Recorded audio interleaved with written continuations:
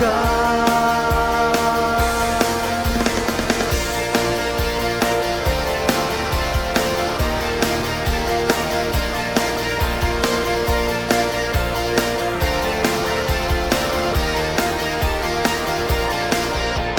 सजदा करूं तुझको, तेरा नाम सबसे ऊंचा।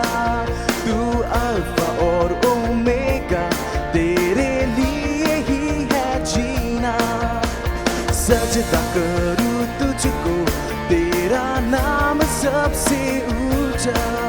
तू अल्फा और ओमेगा, तेरे लिए ही है जीना। तेरे नाम की हो जयकार, तेरे नाम की हो जयकार, तेरे नाम की हो जयकार, तेरे नाम की हो जयकार।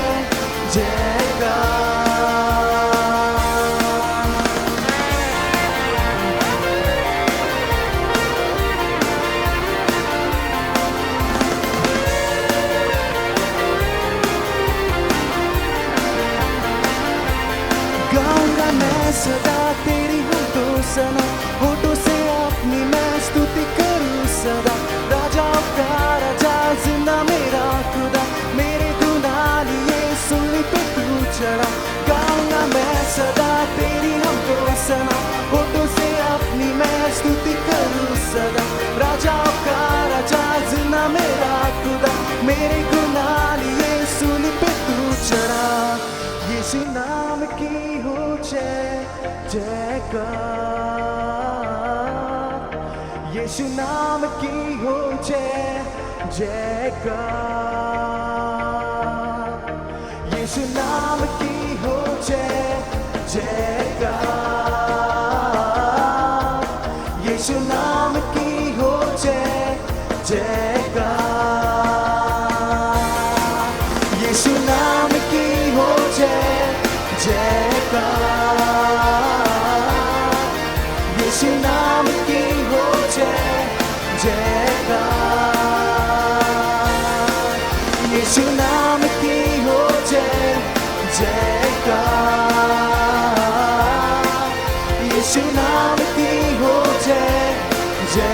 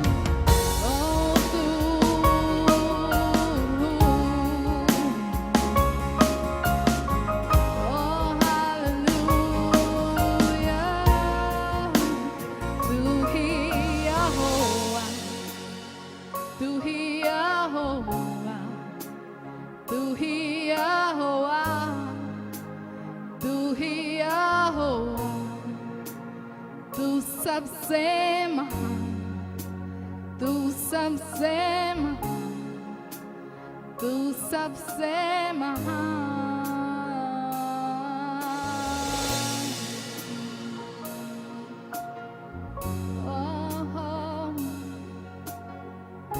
कौन तुझे सा परमेश्वर,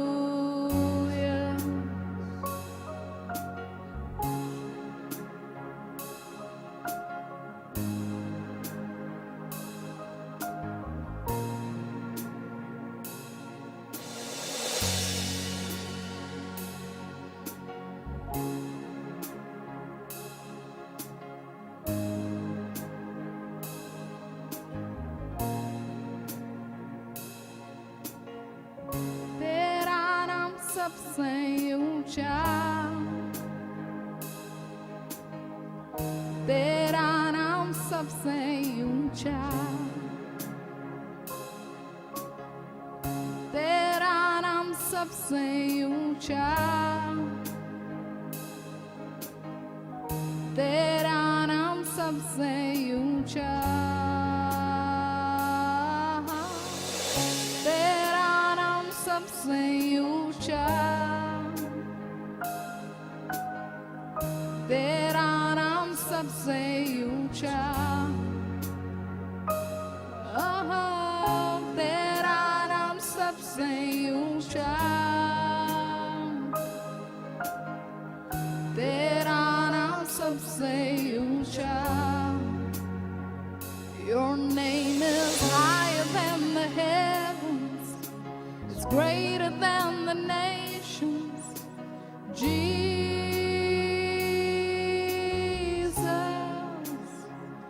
Your name is higher than the heavens, it's greater than the nations, Jesus.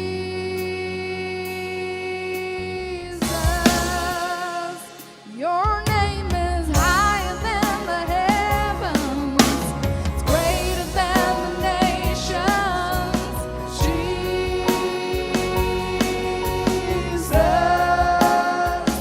Your name is higher than the heavens, greater than the nations, Jesus.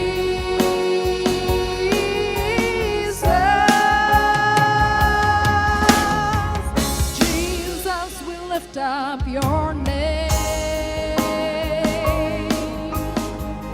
Jesus, we lift up your name. Lord, we lift you, Lord.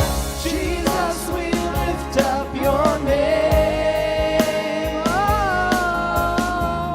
Jesus, we lift up your name. Oh,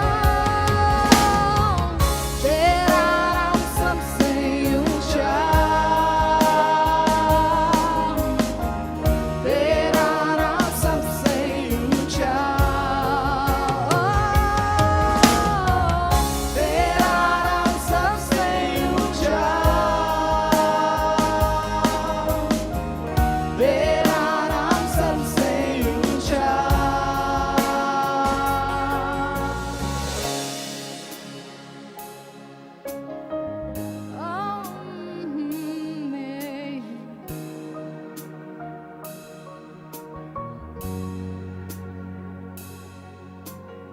Greetings to you in the name of the Lord Jesus. यीशु मसीह के नाम से आप सबको स्वागत करते हैं Let us hope together we will be able to unravel some great secrets of the Lord. और हम आशा करते हैं कि आज हम परमेश्वर के वचन से कई अच्छे राज हम उसको प्रकट कर पाएंगे।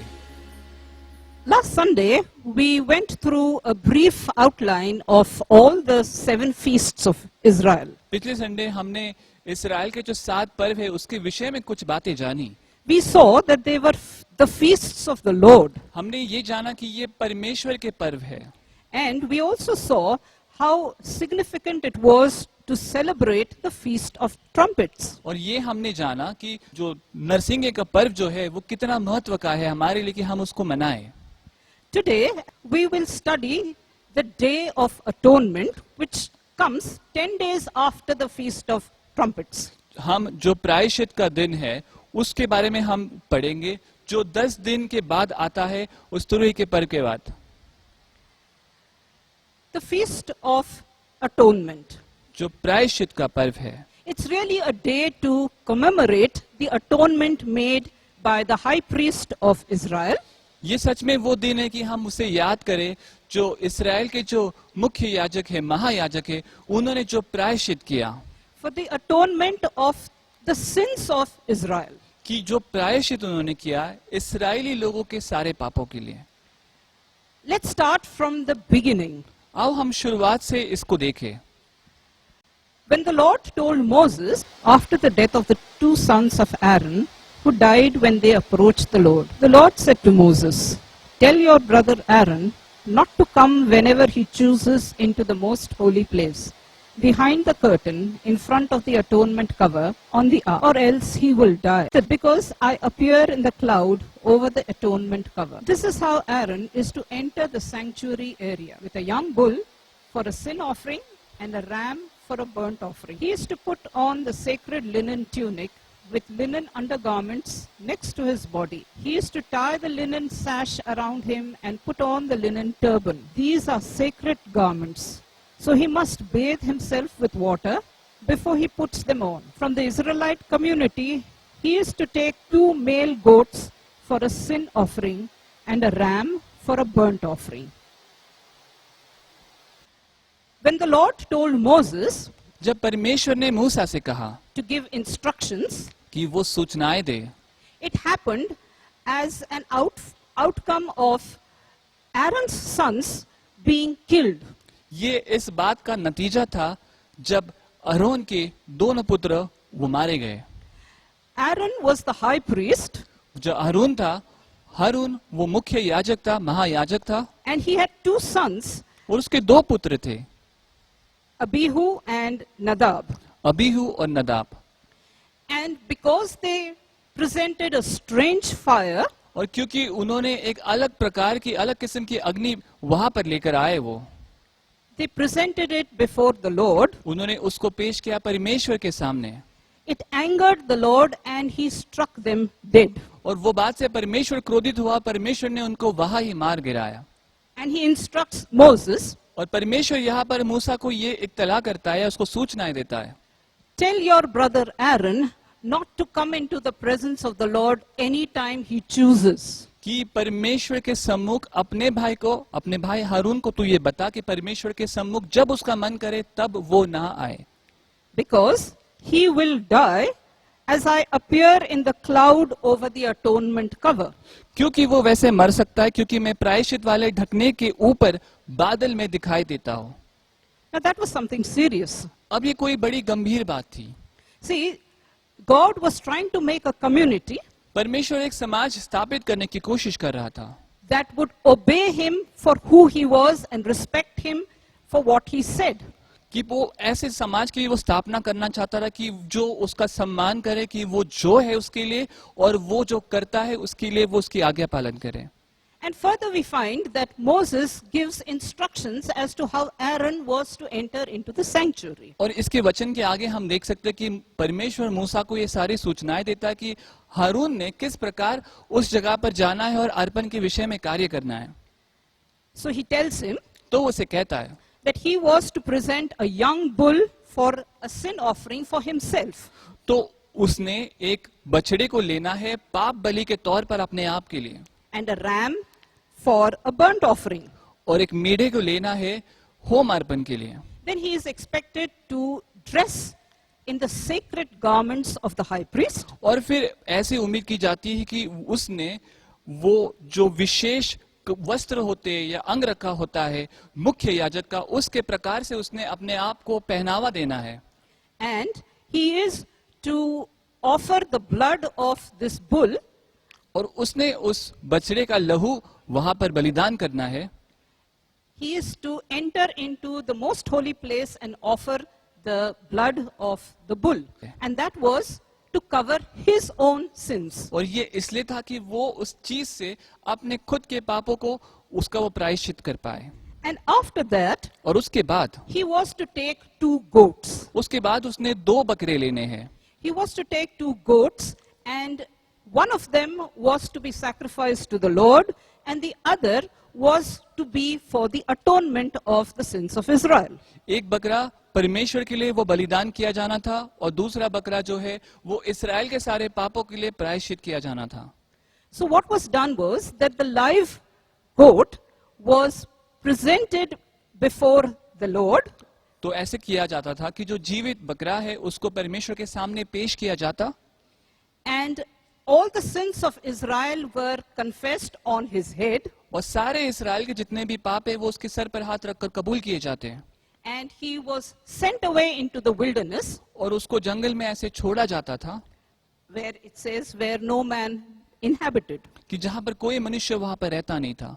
And of course, the goat that was for the Lord, और वो जो बकरा जो परमेश्वर के लिए है, that goat was sacrificed and its blood was sprinkled upon the mercy seat. और जो बकरा परमेश्वर के लिए उसका बलिदान किया जाता और उसका जो लहू है वो प्रायश्चित के ढकने पर उसको लहू को छिड़काते थे. We're going to see now how this ancient feast was fulfilled by Christ himself in the New Testament. और हम अब देखेंगे ये जो प्राचीन पर्व जो है जो मनाया जाता था इस्राएल में, किस प्रकार यीशु मसीह के अंदर नए नियम के अनुसार उसको पूरा किया गया. In fact, the plan for redemption was made even before the foundations of the earth were established. कि अगर सच में देखा जाए कि इस पृथ्वी की बुनियाद रचने के पहले ही परमेश्वर ने छुटकारे का कार्य उसको पहले से रचा हुआ था. In the book of Revelations chapter 13 verse 8, प्रकाशित वाक्य इसका 13वां अध्याय और 18वें वचन में a part of that verse says, the lamb that was slain even before the foundations of the earth. कि वहां पर उस वचन का एक हिस्सा कहता है कि जो मेमना जिसको मारा गया जबकि पृथ्वी की बुनियाद रचने के पहले ही. And then in the New Testament, we find that when Jesus comes to be baptized by John the Baptist, और नए नियम में हम देखते हैं जब यीशु मसीह बपतिस्मा लेने आते हैं यूहन्ना बपतिस्मा करने वाले से, John looks at him and says, behold the Lamb of God who taketh away the sins of the world. तो यूहन्ना यीशु मसीह के पास देखकर कहता है कि देखिए परमेश्वर का मेमना जो जगत के सारे पाप को हरता है. So we have established the fact that the Lamb was really Jesus. तो हमने ये बात यहाँ पर सिद्ध पाई है कि वो मेमना कोई और नहीं लेकिन यीशु मसीह ही है. And now we will see that how the priest is Jesus himself. और अब हम देखेंगे कि वो याजक कैसे यीशु मसीह स्वयं है. In the Old Testament, the priest used to sprinkle the blood of the goat. कि हम पुराने नियम में देख सकते हैं कि जो याजक है वो जो बकरे का लहू है उसको छिड़कते थे. And here in the New Testament, we find that Jesus is going up to the tabernacle in heaven to sprinkle his own blood. और यहाँ पर हम नए नियम में देख सकते हैं कि यीशु मसीह उस जो स्वर्ग में जो मंडप है वहां पर जा रहे हैं और वहां पर लहू छिड़कने जा रहे हैं. In the book of Hebrews, it already tells us that Jesus is our high priest. और इब्रानी की किताब में हम यहाँ पर देख सकते हैं कि वहां पर बताया गया है कि यीशु मसीह हमारे मुख्य और महायाजक है. If you remember, after his resurrection, Jesus appeared to Mary. अगर हम याद करें कि उनके पुनरुत्थान के बाद यीशु मसीह मरियम के सामने प्रकट हुए. And Mary looked at him, assuming him to be the gardener. और मरियम ने ये सोचा जब वो प्रकट हुए उनके सामने कि शायद ये कोई माली है. And when she realized that this was her rabbi, और जब उनको ये एहसास हुआ कि ये तो कोई और नहीं लेकिन उनके खुद के गुरुजी है, she must have run. तो वो दौड़ी होगी. But Jesus tells her, do not touch me because I haven't ascended to my Father. लेकिन यीशु मसीह उनसे कहते कि मुझे अभी स्पर्श मत करना क्योंकि मैं अब तक अपने पिता के पास गया नहीं हूं. So do you realize that here the high priest is going up to the tabernacle in heaven to present himself? तो क्या हमको ये समझ में आ रहा है कि यहाँ पर इस कहानी में, इस बात में, इस घटना में जो मुख्य याजक है वो जा रहा है स्वर्ग में, वो अपने आप को पेश करने परमेश्वर के सामने. We'll read it from the book of Hebrews, chapter 9, verse 24. हम इब्रानियों उसकी किताब की ओर जाएंगे जिसका 9वां अध्याय। For Christ did not enter a man-made sanctuary that was only a copy of the true one. He entered heaven itself, now to appear for us in God's presence. इब्रानियों उसका 9वां अध्याय और 24वां वचन। क्योंकि मसीह ने उस हाथ के बनाए हुए पवित्र स्थान में, जो सच्चे पवित्र स्थान का नमूना है, प्रवेश नहीं किया, पर स्वर्ग ही में प्रवेश किया, ताकि हमारे लिए अब परमेश्वर के सामने दिखाई दे। So now do you realize that Jesus was the sacrifice and Jesus was the priest? तो अब हमें ये पता चलता है कि यीशु मसीह ही वो अर्पण है और यीशु मसीह ही वो याजक है। So now let's see how the sacrifice that Jesus made was a superior sacrifice than the one that was made in the Old Testament. तो हम अब देखेंगे कि किस प्रकार यीशु मसीह ने जो अर्पण किया वो काफी उच्च दर्जे का अर्पण था उसकी तुलना में जो अर्पण पुराने नियम में किया जाता। You find again in the book of Hebrews, it says that Jesus made that sacrifice once and for all. हम इब्रानियों की किताब में इस बात को देख सकते हैं कि वहां पर लिखा है कि यीशु मसीह ने एक बार ही और हमेशा के लिए वो एक अर्पण कर दिया। Unlike the high priest who came year after year on the Day of Atonement to make the sacrifice. लेकिन वैसे नहीं कि प्रायश्चित के दिन पर पुराने नियम में हम देख सकते हैं कि जो याजक है वो प्रायश्चित के दिन पर हर साल वहां पर एक प्रायश्चित का अर्पण बहाने आते। We also see that Jesus himself took on the purpose for the 2 goats that were presented in the tabernacle in the Old Testament. और पुराने नियम में जो मंडप के अंदर जो 2 बकरे लेकर आते थे उनका जो मकसद था यीशु मसीह ने खुद से उस मकसद को पूरा किया और पेश किया हम सब के लिए। If you remember, Pontius Pilate was presented with 2 people. अगर हमें याद होगा तो पिलात जो है उसके सामने 2 लोग पेश किए जाते थे। One was Jesus उस समय यीशु मसीह को पेश किया गया and the other one was a man called Barabbas. और दूसरा व्यक्ति जो था उसका नाम था बरअब्बा। We know Jesus was the Son of God. हम जानते कि यीशु मसीह परमेश्वर के पुत्र है। And Barabbas, the name says that the word Barabbas means the Son of God. और बरअब्बा इस शब्द का नाम है परमेश्वर का पुत्र। The Old Testament said that the 2 goats had to be male and they had to be of equal value. और पुराने नियम में ऐसा बताया था कि जो 2 बकरे हैं वो नर हो और उनका मोल एक समान हो। They were both the Son of God. वो दोनों परमेश्वर के पुत्र थे। But the sinless one was presented to be sacrificed and the sinful one, that is Barabbas, was released to go free. लेकिन जो निर्दोष था उसको परमेश्वर के सामने अर्पण करने के लिए पेश किया जाता और जो पाप में था उसको वहां पर खुला छोड़ दिया जाता था। We saw that Jesus went up to heaven and sprinkled his own blood. और हम देख सकते कि यीशु मसीह स्वर्ग में गए और उन्होंने अपना लहू वहां पर छिड़का।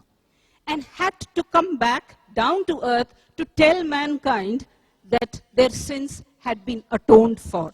और उनको वापस पृथ्वी पर आकर लौटाना पड़ा ये मनुष्य जाति को बताने के लिए कि उनके पापों की अब क्षमा कर दी गई है, माफी कर दी गई है। Remember, in the Old Testament, the high priest would go inside, sprinkle the blood of the lamb, and come out telling Israel that their sins were forgiven. कि ये याद करते हुए कि पुराने नियम में जो महायाजक है वो अर्पण करते बाहर आकर फिर वो इस्राएल के पूरे समुदाय और सारे लोगों से ये कहते कि उनके पापों की अब माफी कर दी गई है। So the atonement had been full and final. तो जो प्रायश्चित है उसको पूरी तरह से पूरा कर दिया गया था। So it was a perfect sacrifice. तो अब ये परिपूर्ण अर्पण हुआ। And here we find और यहाँ पर हम देख सकते हैं that this day of atonement ये जो प्रायश्चित का दिन है commemorates even this sacrifice that Jesus made. ये हमें याद दिलाता है उस अर्पण के बारे में जो यीशु मसीह ने बहाया। This is why we as the Church of Christ commemorate this day of atonement. और यही वजह है जिसके लिए हम जो परमेश्वर यीशु मसीह की कलीसिया है हम याद करते हैं और हम मनाते हैं इस दिन को जो प्रायश्चित का दिन है। See, every feast unlocked a blessing for our church. हर एक जो पर्व है उसने एक प्रकार के आशीष को खुला कर दिया, आजाद कर दिया कलीसिया के लिए। Today we will focus on the Feast of Atonement, आज हम अपना ध्यान प्रायश्चित के पर्व पर लगाएंगे। we find that it has unlocked for us forgiveness. हम ये देख सकते कि हमारे लिए माफी का कार्य खुला कर दिया गया, आजाद कर दिया गया इस पर्व से। When atonement had been made, जब प्रायश्चित किया गया, Jesus came back to tell mankind that God the Father had accepted his sacrifice. यीशु मसीह आए मनुष्य जाति को ये बताने के लिए कि जो परमेश्वर जो पिता है उसने इस अर्पण को ग्रहण किया है। And the blessing that we have got is forgiveness. और जो आशीष हमें मिली है वो कुछ और नहीं लेकिन वो है माफी। Once again, taking you back to the Old Testament, at the time of this ritual of atonement, और फिर एक बार आपको पुराने नियम की ओर लेकर जाकर जहां पर एक ऐसी परंपरा थी जहां पर प्रायश्चित का कार्य किया जाता। all Israel was expected to fast and deny themselves, standing outside, waiting for the high priest to come out and tell them that their sins were forgiven. कि समस्त इस्राएल से ये उम्मीद की जाती कि वो बाहर ही प्रतीक्षा करे और इंतजार करे और उपवास करे और बाट जोए उस याजक की कि वो याजक अर्पण बहाकर बाहर आकर उनसे वो बात करे। Here we find, today as we commemorate this feast, यहाँ पर हम देख सकते कि आज जब हम इस पर्व को याद करते और इसको मनाते हैं we also need to repent, कि हमने भी अब पश्चाताप करना है, because without us realizing that a price has been paid, this feast cannot be validated. क्योंकि यदि तब तक हम इस बात को एहसास नहीं करते कि हमारे लिए वो कीमत चुकाई गई है, इस पर्व को पूरा और सही ढंग से हम स्मरण नहीं कर पाएंगे और मना नहीं पाएंगे। We not only need to repent for our own sins, हमें केवल अपने खुद के पापों के लिए पश्चाताप नहीं करना है, but we also need to understand and express our understanding of what price was paid by Christ for the atonement of our sin. और हमें बस प्रायश्चित नहीं करना है, पश्चाताप नहीं करना है, लेकिन हमें इस बात को भी कबूल करना है, समझना है और एतबार करना है कि जिस प्रकार की कीमत इस प्रायश्चित के दिन पर हमारे माफी के लिए चुकाई गई। See, when Jesus paid the price, he paid the price for all our sins, past, present, future. देखा जाए कि जब यीशु मसीह ने कीमत चुकाई तो यीशु मसीह ने हमारे भूतकाल, वर्तमान काल और भविष्य काल हर एक पापों के लिए कीमत चुकाई। But that doesn't leave us scot-free. लेकिन इसका मतलब ये नहीं कि अब हम खुले हो गए और हम कुछ भी करें। Yes, we cannot afford to do whatever we like. जो हमें पसंद है हम वो करें, ऐसा नहीं हो सकता। We need to repent for the things that we do wrong हमने पश्चाताप करना है उन हर एक बातों के लिए जो हमने गलत की है, and realize the cost that was paid for the atonement of that. और ये एहसास करना है कि उस बात की प्रायश्चित के लिए कैसी और कितनी बड़ी कीमत चुकाई। And that alone will make this feast true in our lives today. और केवल वही बात है जो इस पर्व को हमारे जीवन में हकीकत और सच्चाई में तब्दील कर देगी। I want to tell you a little story. मैं आपको एक छोटी कहानी बताना चाहती हूँ। There was this young lady who was driving down in her car, एक औरत थी, वो अपनी कार चला रही थी and she was rammed in by another car, और ऐसा हुआ कि दूसरी गाड़ी ने आकर उसकी गाड़ी को टक्कर दी and the accident was pretty severe, और जो दुर्घटना हुई वो काफी गंभीर हुई दुर्घटना, in which the young lady lost her life. जिसमें वो जो औरत थी उसने अपनी जान गंवा दी। Well, the young man who had rammed his car into her car was picked up. He was put into custody.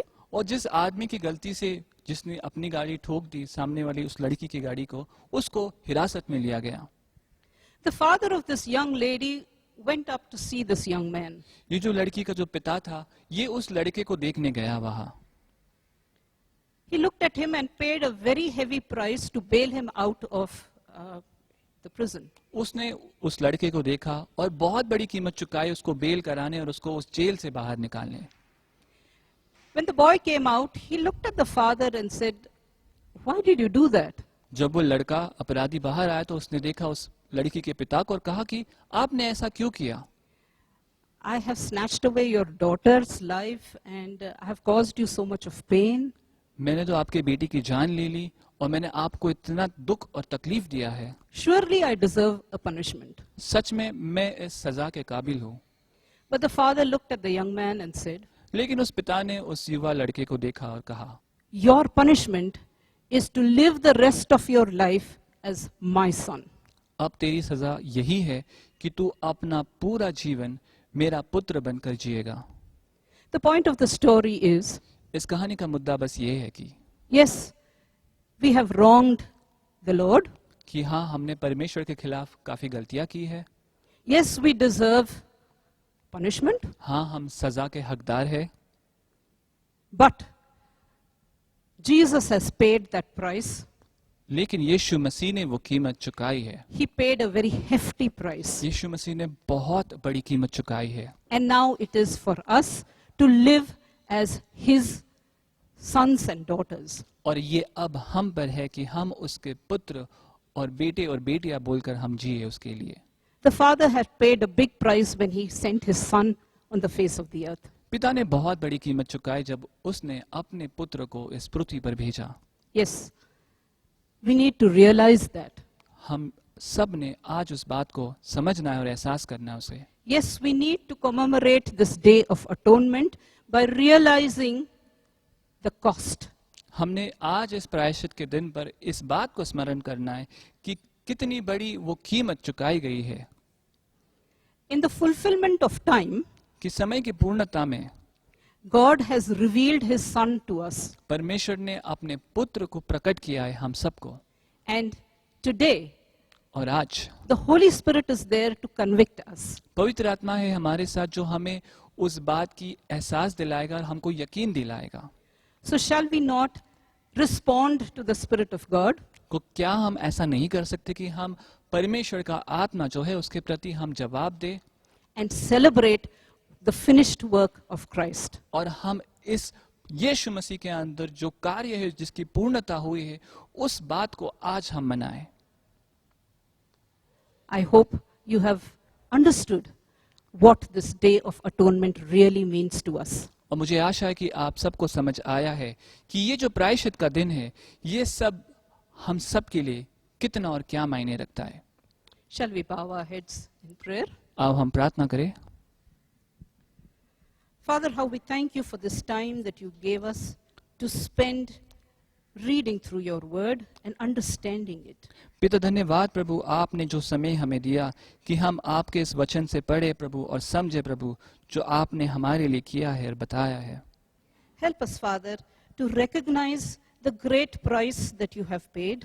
प्रभु हमें सहायता करना कि हम पहचान पाए जो बड़ी कीमत प्रभु जो चुकाई है प्रभु हमारे लिए। Help us also to repent for what we have done और प्रभु हमें मदद करना कि हम पश्चाताप भी कर पाए प्रभु जो बातें हमने की है and henceforward live as sons of this great God. और आगे जाकर हम इस महान परमेश्वर के पुत्र बोलकर जिए। This great God who we call our Father. ये महान परमेश्वर जिसे हम कहते हैं हमारा अब्बा पिता। Thank you, Lord, धन्यवाद प्रभु for this beautiful love that you have showered upon us. ये खूबसूरत प्रेम प्रभु जो आपने न्यौछावर किया प्रभु हम सब पर। We are not worthy of it, प्रभु हम इसकी योग्यता के नहीं है, but your love wraps us to make us understand that you have called us to be your sons. लेकिन प्रभु ये आपका लहू है जो हमें पूरी तरह से ढाक लेता है प्रभु और ढाल लेता है और हमको आपके पुत्र और संतान बनाता है। Thanking you once again, we pray in Jesus' name. फिर एक बार प्रभु आपको धन्यवाद देते हुए प्रार्थना करते हैं यीशु मसीह के नाम से, Amen. आमीन। Thank you.